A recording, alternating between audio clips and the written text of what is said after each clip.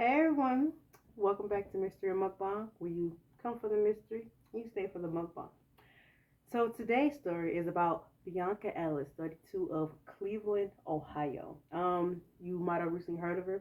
She just recently fatally a 3-year-old Julian Woods and wounded his mother, 30-year-old Margot Woods. So I got my notes.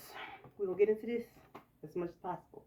I wasn't able to find a lot of background on her, but as much as I can, I try to rewrite it, but this is all I have. Okay, so as far as I know, there were only two criminal cases and one mental case.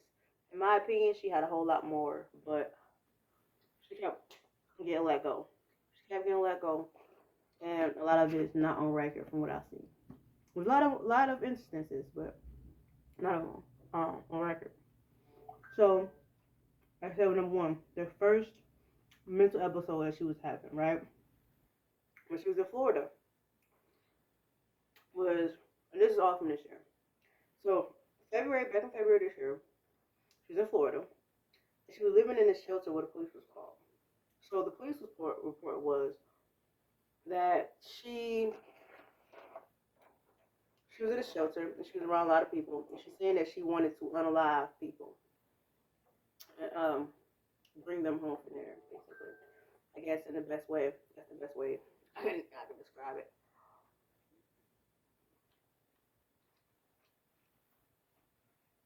So, after the police was called, she was taken to a hospital. Yes, that's where she had another mental evaluation. She was there for a little bit over a month. She was discharged. But after she was discharged, she didn't want to leave. She didn't want to leave, and so they called the police again. So when they called the police again, she was taken into custody, and she confessed to an unaliving in California, in Bakersfield, California.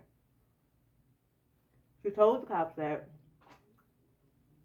there was a white woman that she had went up to, 5 foot, 150 pounds, and she unalived her.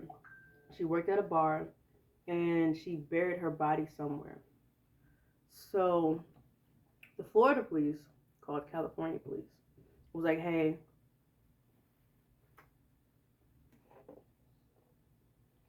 we have Miss Ellis in custody.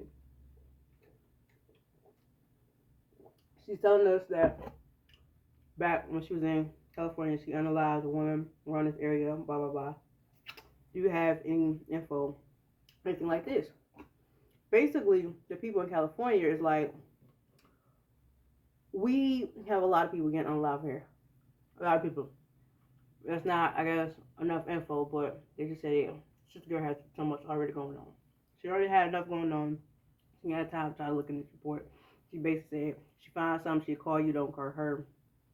They got enough going on. So they dropped that because they didn't have nothing to charge her with. Right? So that same month, no, in May, in May, she's still in Florida, and the police is called to a hotel because she's at a hotel and she doesn't have money for a room, but she doesn't take that for an answer.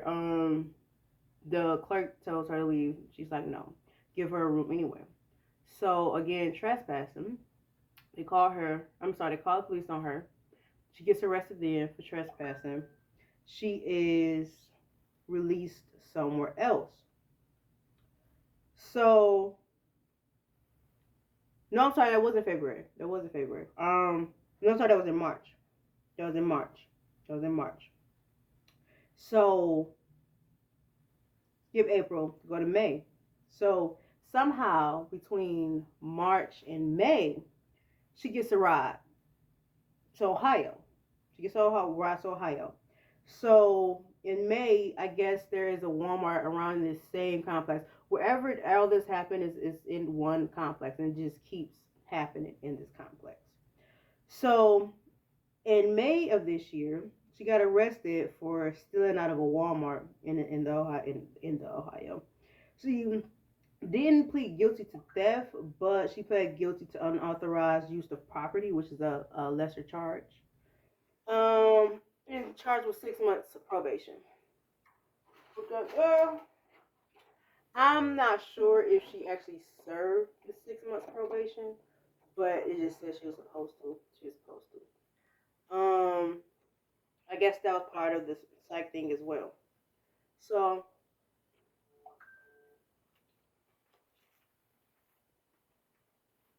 she gets out. Well, no, she gets out. Probation, you don't go to jail. Part of her probation, she has to do a psych eval. She fails to do the psych eval. What's it called? No. She doesn't fail to do the psych eval. She fails. Hold on, I'll tell you. I'll tell you. Her theft reduction program, not psych eval. It was a theft reduction program. She failed to complete her theft reduction program, right? So the judge who sees this is like, okay, where's Sister Girl at? She didn't complete none of her stuff. Let me find out what she had. Whatever address they have on file for her, it's come out for her. Right? Get there, do a welfare check.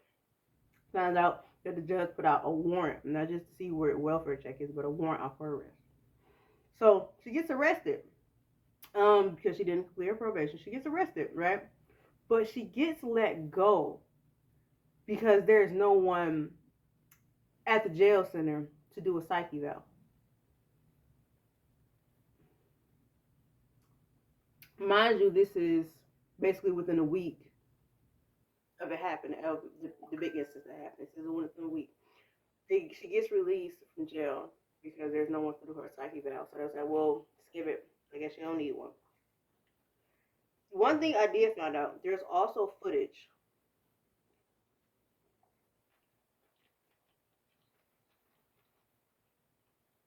of her in this wheelchair, rolls herself around in this wheelchair about 4 days prior to the incident that happened.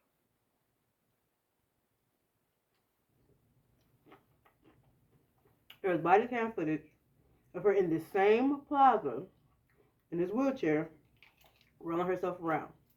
I guess somebody called the police yet again for a welfare check or whatever. Now that particular instance, I'm not sure if she got arrested for rolling herself around in a parking lot. I'm not sure. But it is on video camera that in the video, right? In the video, you can tell she doesn't really have it all there mentally. But what exactly are you gonna do? She's not exactly at that point committed crime. She's just pushing herself around in a wheelchair in a parking lot. There's not really a crime being committed. I think she got detained because she might have started being unruly, but that's about it. So, a couple days after that, mind you, this is the second time she already been sitting in this parking lot. Second time, right? So, she goes back to that jail that she got arrested from a couple days prior. She goes in there and she's like, one story says she left some money. Somebody else should say she just left some common property. The point was, she was in jail looking for something that she said she got arrested with and then she did not get released with. That's why she originally went up there. So she went up there. They said they didn't have her stuff. You see her taking her wheelchair out, pushing it out. I don't know if she left it somewhere or whatever, but the next time she is caught on camera, she's on foot. So when she went to the jail property, not the jail property, but to the jail, it was around 2:30 in the afternoon. The crime she committed was a little bit after 3, so that's kind of on track. So after she leaves the jail, I don't know why I'm covering my mouth. After she leaves the jail, right, she goes across the street. Like I said, in between her leaving the jail and the next place, she leaves her wheelchair. Whoever the fuck knows where she leaves it. She leaves it somewhere. And she goes into a Volunteers of America where she steals 2 knives.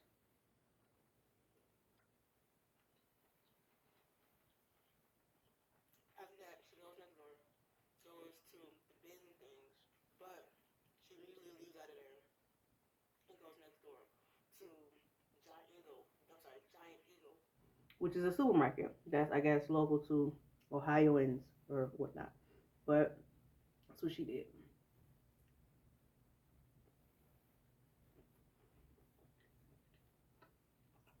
So, and this is the day that everything takes place. So she walks into the Giant Eagle. She passes Julian and her mom. I'm sorry, and his mom. They're just going about their day, grocery shopping, not thinking nothing of it. They pass her. You can see in the camera. As soon as they passed her, she just turns around and just starts following them. Just out of nowhere, she picks them. They didn't say nothing. They didn't do nothing. She picks them. So within 60 seconds of her spotting them, she begins to stab them. It's not clear whether she started at the child first or the mom first, but it did say that the child did unfortunately suffer from 2 fatal stabs. The mom, she did get stabbed, but she was put into critical condition. She ended up living, which is something so crazy to live with. I felt crazy. So after Bionca stabs Julian and Margot, she leaves the Giant Eagle. She starts walking up the street. Still has the knife in hand. Now, mind you, when she first walked to the Giant Eagle, she still had these knives in her hand, flicking around everything, but nobody noticed. Nobody noticed, so just kept walking. Scary nothing.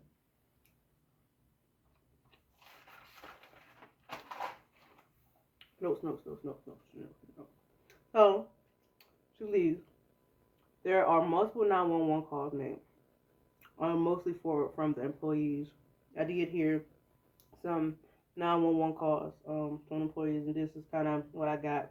At the time, I'm not sure if Julian was still alive at that point or if they pronounced him DOA at the hospital. I'm not exactly sure.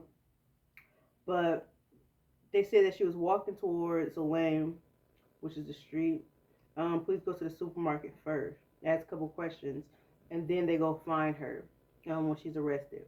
They didn't spend like 5-10 minutes. They just basically like, okay, we're here at the supermarket. Where is she? Which direction? They pointed, and then they went after her. The whole time they're on the phone with the 911 dispatchers, describing what she looks like: black woman, black leggings, black shirt, black pants. Just a whole lot of black going on. Black and black. Okay, and they found her. They arrested her. Her first arraignment was June 17th, and these are her charges.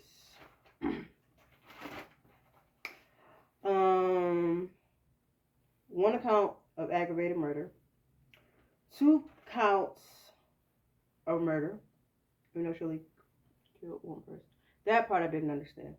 2 counts of attempted murder, 2 counts of felonious assault, 1 count of endangering children, 1 count of tampering with evidence, and 1 count of misdemeanor theft. Maybe the tampering with evidence, maybe she tried to hide the knives at some point, maybe. But all the rest of them, I do understand. Her bond was set at $5 million. So 10% of that, as long as she got $500,000 somewhere, she can get out. Her first arraignment was on June 17th, like I said, when I read the charges. At first, a lot of people were saying that they don't know what the motive is, or why she did this. That's not true.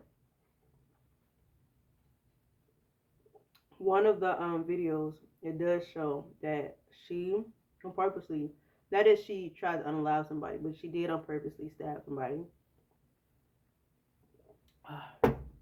so that she can have somewhere to go, so she can have somewhere to sleep. And I see that that is the reoccurring, not motive, but the story and everything that happens with her. A lot of times she's saying that she goes to jail because she has nowhere to go, she doesn't have shelter. That combated with she does have obvious mental disabilities, like she's obviously a little, you know. So yeah, that didn't help at all. So she has two more arraignments at the end of the year. The dad did speak, but it was real heartbreaking. Her first pretrial is Thursday, November 7th, and then she has her actual trial on Monday, December 9th. So I'm gonna put the story up for now, but I'm gonna try to keep you updated. I'm gonna try to keep you updated. Um, I don't know what to say. This, it, I don't know if somebody exactly dropped the ball on this. It's so hard to say.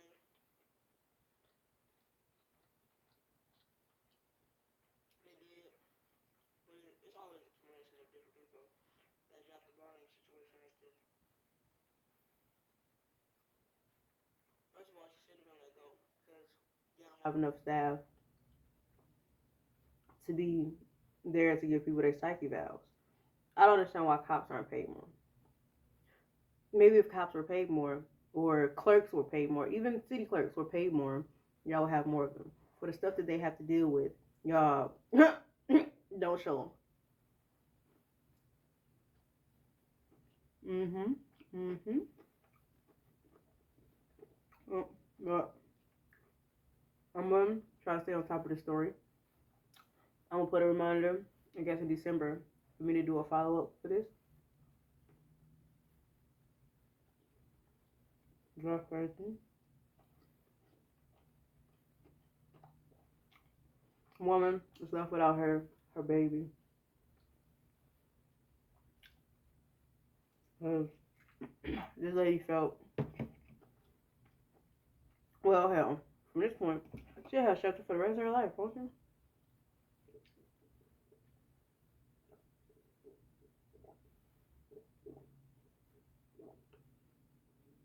My bad, my bad, my bad. So like I said, that's the end of the story as is. So thank you for coming for the mystery. Thank you for staying for the mukbang. Bye.